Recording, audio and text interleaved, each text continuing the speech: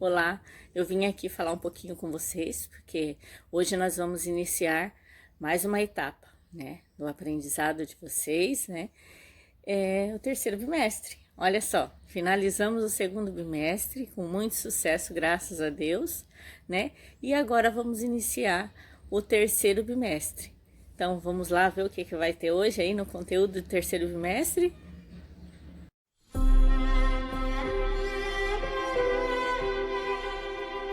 Então, a nossa aula hoje é português, aula 18. Iniciamos no capítulo 7 com o tema História Conhecida, onde nós vamos ver sobre conto, né? Troca de ideias. Vamos relembrar onomatopeias, porque já vimos onomatopeias em aulas anteriores. E depois vocês terão as atividades da página 7 a 9. Conto. Sabe o que é um conto? Como podemos diferenciar o conto dos outros tipos de texto? Sabe aquelas historinhas que seus pais te contavam quando você ia dormir? Aquelas que você provavelmente já escutou ou leu na escola? Pois bem, elas são contos. Os contos são conhecidos por serem histórias curtas. Eles são tão pequenos que após ler ou escutar um, você consegue contá-lo depois sem precisar estar com o livro na mão. A definição. O conto é um texto narrativo do gênero literário. Ele tem o foco em um fato ou um determinado acontecimento. Geralmente é uma ficção, ou seja, é uma história inventada. Os contos são fantasiosos, histórias de faz de conta, que são muito contadas para crianças. O conto possui um narrador, que é quem conta a história, e um enredo, ou seja, a história é dividida em começo, meio e fim. E o narrador, ele pode somente contar a história, somente narrar a história, ou em alguns, ele também participa da história. Troca de ideias. Observe a ilustração do artista Gustave Doré. Que história é essa? Então, essa ilustração aqui, observem. Quando a gente vê uma menina, né, e um lobo, que história nós relembramos, né? Eu relembro de uma história, e vocês? Será que é a mesma história que a prof relembra? A história da Chapeuzinho Vermelho e o Lobo Mau? Pois é, essa mesmo.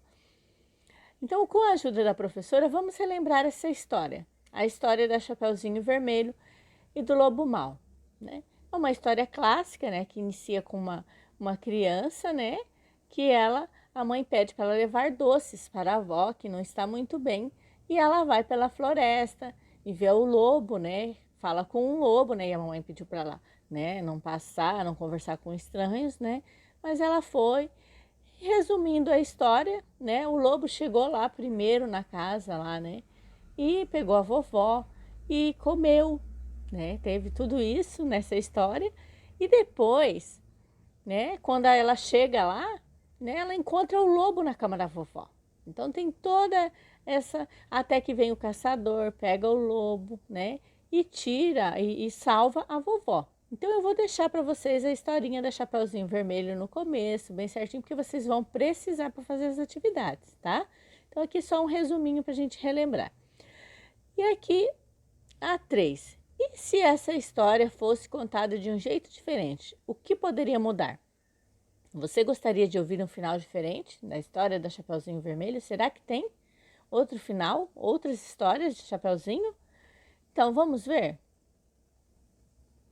No livro Chapeuzinhos Coloridos, os autores José Toreiro e Marcos Aurelius Pimenta recontam várias vezes uma história muito conhecida, a da Chapeuzinho Vermelho e do Lobo Mau. Nesses recontos, as cores do capuz e da capa da Chapeuzinho são variadas. Podem ser azul, verde, branca, lilás e abóbora. E cada cor tem um novo elemento acrescentado à história original.